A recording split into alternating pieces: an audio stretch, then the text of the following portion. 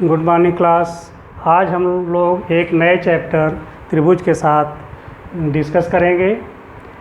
त्रिभुज आप कक्षा 6, 7, 8, 9 तक आप पढ़े हैं। कक्षा 6 में टेढ़ा मेढ़ा आपको त्रिभुज बताया गया होगा, 7 में इसके कोण के बारे में बताए गए होंगे, 8वीं में विस्तार बताया गया होगा और कक्षा 9 में सर्वांगसम त्रिभुज के बारे में आपको बताया गया होगा। कक्षा 10 में आपका समरूप त्रिभुज के बारे में डिस्कशन है। तो सबसे पहले आप जानेंगे त्रिभुज कहते किसको हैं। इसमें दिया है त्रि का मतलब हुआ 3 भुज, यानी जिसके 3 भुज हो, अर्थात त्रिभुज किसे कहेंगे? 3 भुजाओं से घिरी हुई, यहाँ लिख ले चाहे 3 भुजाओं से घिरी हुई बंद, एक शब्द आता है बंद, आकृति को त्रिभुज कहते हैं। ठीक है,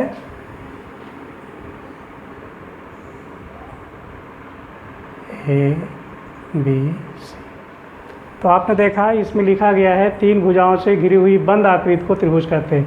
यहाँ एक शब्द जोड़ा गया बंद। अगर ये 3 भुजाएं तो हों, लेकिन अगर बंद नहीं होगी तो फिर त्रिभुज नहीं होगा। जैसे एक यहाँ ले लीजिए, एक यहाँ लीजिए, एक इस तरह ले लीजिए, क्या है त्रिभुज हुआ? नहीं हुआ। अगर इसको आप इधर कर दीजिए तो भी त्रिभुज नहीं हुआ। कब होगा? जब यह बंद होगा। तो इसीलिए कहा गया कि 3 भुजाओं से घिरी हुई बंद आकृति को त्रिभुज कहते हैं। त्रिभुज कई प्रकार के होते हैं। त्रिभुज ऐसा भी होगा जिसके कोण 90 से छोटे हों, ऐसा भी होगा जिसका कोण 90 से बड़ा हो, ऐसा भी होगा जिसका कोण 90 अंश हो, ऐसा भी होगा जिसकी तीनों भुजाएं बराबर हों। ठीक है, तो एक एक करके हम विस्तार से आपको बता देते हैं। वैसे आप इसके बारे में जानते हैं काफ़ी हद तक, फिर भी एक बार रिवीजन करा देते हैं। नंबर 1 आपका आता है भुजाओं के आधार पर समबाहु त्रिभुज। समबाहु त्रिभुज, समबाहु, सम का मतलब समान, बाहु का मतलब भुजा। ऐसा त्रिभुज जिसकी सभी भुजाएं क्या हों? समान हो, सभी भुजाएं समान हो।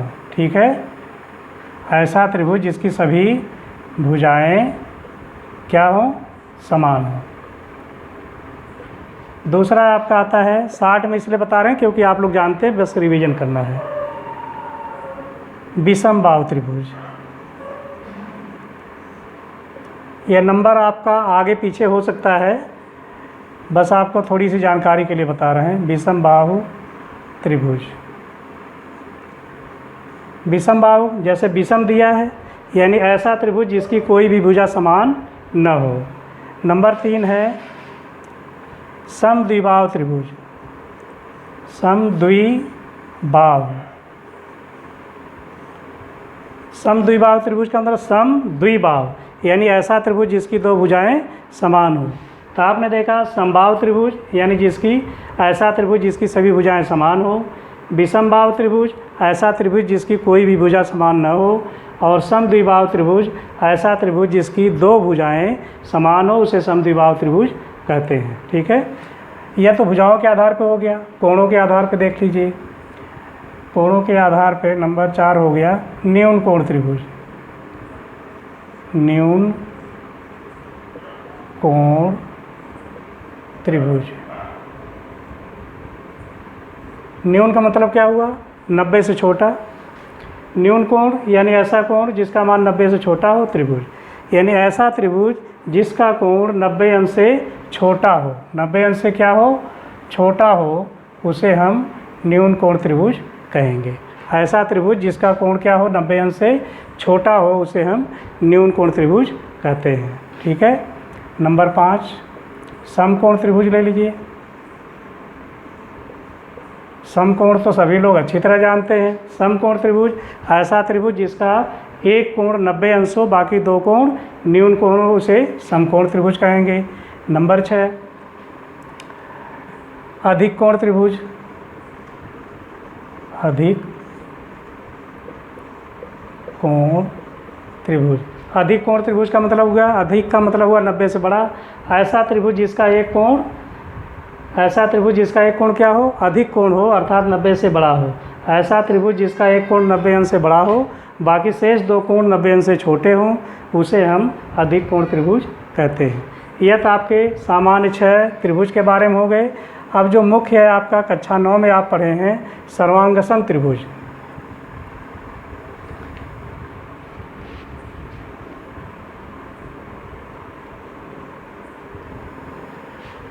कक्षा 9 में आप पढ़ के आए हैं सर्वांगसम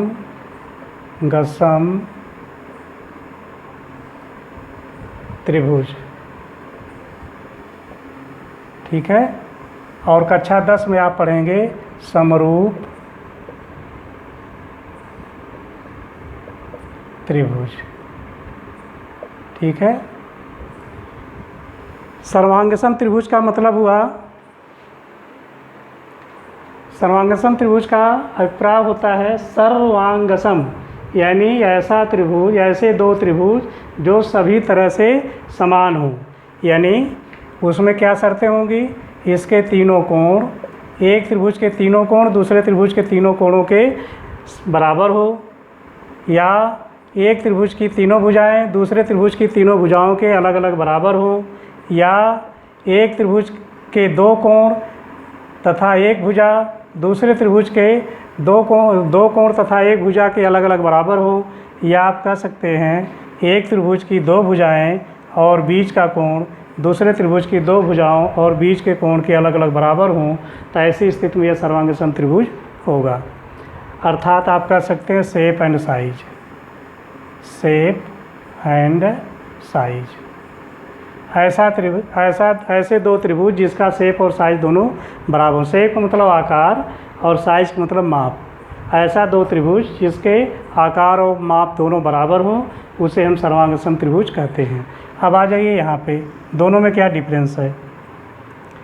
समरूप त्रिभुज क्या है, समरूप, ऐसे दो त्रिभुज जिनके रूप समान हो। ऐसा त्रिभुज, ऐसे दो त्रिभुज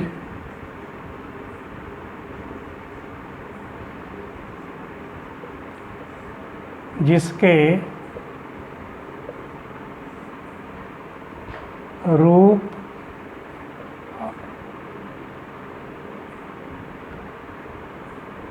समरूप, यानी रूप क्या हो, समान हो। ऐसा त्रिभुज जिसके रूप समान हो, रूप का मतलब क्या हुआ, शेप। शेप तो समान हो परंतु साइज समान हो भी सकती है, नहीं भी हो सकती। सर्वांगसम में क्या है, शेप और साइज दोनों समान होगी, और समरूप में शेप तो आपका समान होना अनिवार्य है परंतु साइज समान होना अनिवार्य नहीं है। समान हो भी सकता है और नहीं भी हो सकता है। फिर यह कब कब होगा, या किन परिस्थितियों में दो त्रिभुज सर्वांगसम होंगे या समरूप होंगे। अब सर्वांगसम तो आप समझ चुके हैं, आप अपने मुख्य बिंदु पे चलिए समरूप पे।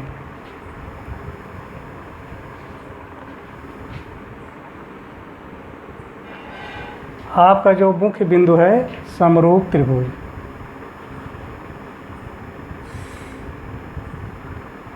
समरूप त्रिभुज, ठीक है। अब समरूप त्रिभुज किन किन परिस्थितियों में समरूप होंगे, दो त्रिभुज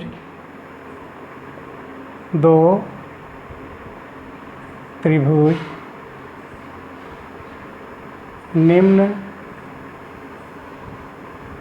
परिस्थितियों में समरूप होंगे, ठीक है। दो त्रिभुज निम्न परिस्थितियों में समरूप होंगे। नंबर 1 क्या है, दोनों त्रिभुजों के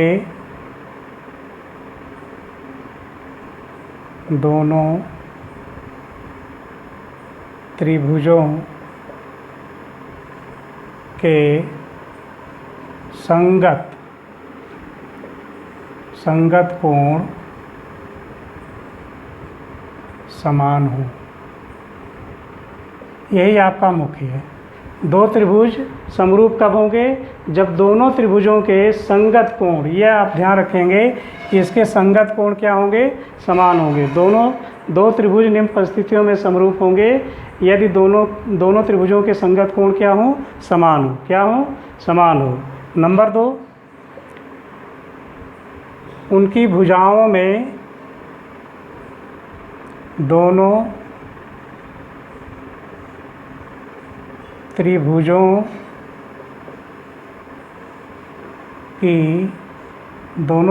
की भुजाएं समानुपाती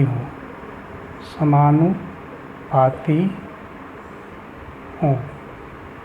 यानी दो त्रिभुज कब समरूप होंगे?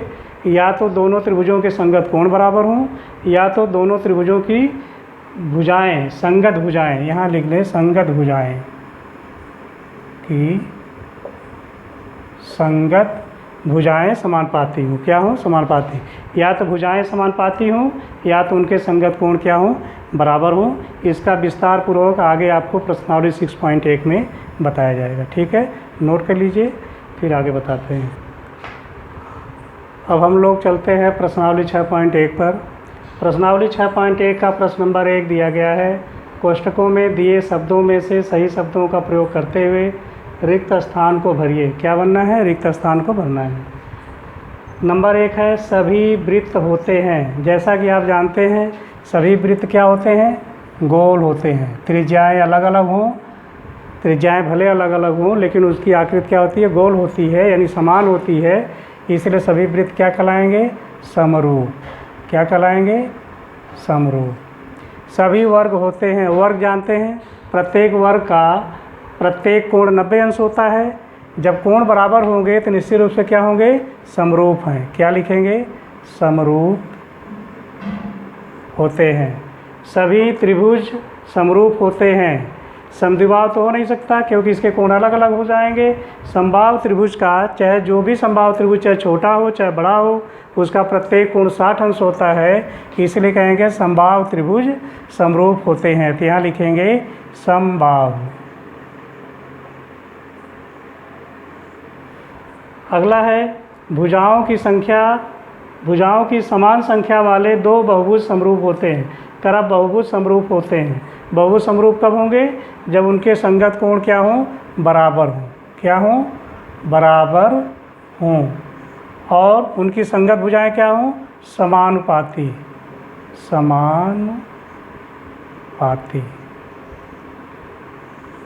ठीक है।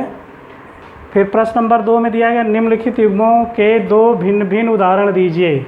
समरूप आकृतियाँ, ऊपर दिया हुआ आपकी समरूप आकृतियाँ। वृत्त होगा, क्यों? क्योंकि वृत्त का शेप सेम होता है, चाहे छोटा हो चाहे बड़ा हो। तो एक वृत्त हो गया। वर्ग का प्रत्येक कोण 90 अंश होता है, ये भी हो गया। और समबाहु त्रिभुज का प्रत्येक कोण 60 अंश होता है। तो ये सभी क्या होंगे? समरूप होंगे। समबाहु त्रिभुज।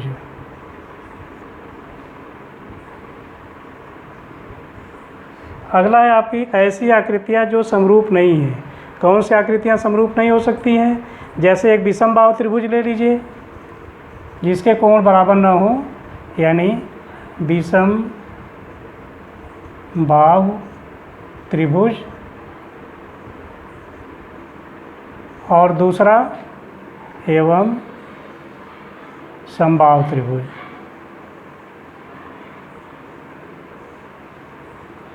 विषमबाहु त्रिभुज होगा तो इसके कोण अलग होंगे। समबाहु त्रिभुज होगा तो उसका प्रत्येक कोण 60 अंश होगा।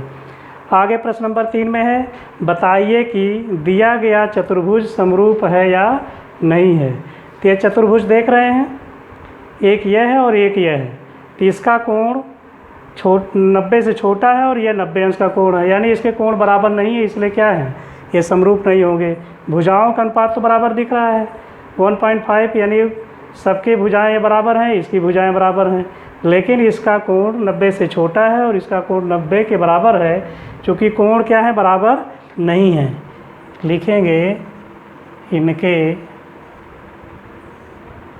संगत कोण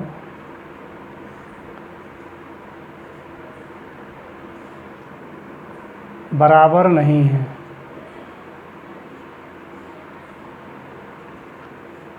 जब इसके संगत कोण बराबर नहीं है तो ये क्या होंगे? अतः दिया गया चित्र, अतः आकृतियाँ समरूप नहीं हैं। आकृतियाँ क्या हैं? समरूप नहीं है। ठीक है, इतना आप इसको लिख लीजिए। ये छोटे छोटे क्वेश्चन थे, आपको बताए गए हैं। इसको 2-3 बार पढ़ेंगे तो आपके जो 1 नंबर के प्रश्न आते हैं कि वृत्त समरूप होगा कि नहीं होगा, वर्ग समरूप होता है कि नहीं होता, समबाहु त्रिभुज क्या होगा, इस तरह के क्वेश्चन छोटे बड़े आपको 1 नंबर के पूछे जाते हैं। हम उम्मीद करते हैं कि आप 2-3 बार पढ़ लेंगे। ठीक है, आपको समझ में आ जाएगा। तो इसको आप 6.1 तैयार कर लीजिएगा, फिर अगले चैप्टर में मिलते हैं। Thank you.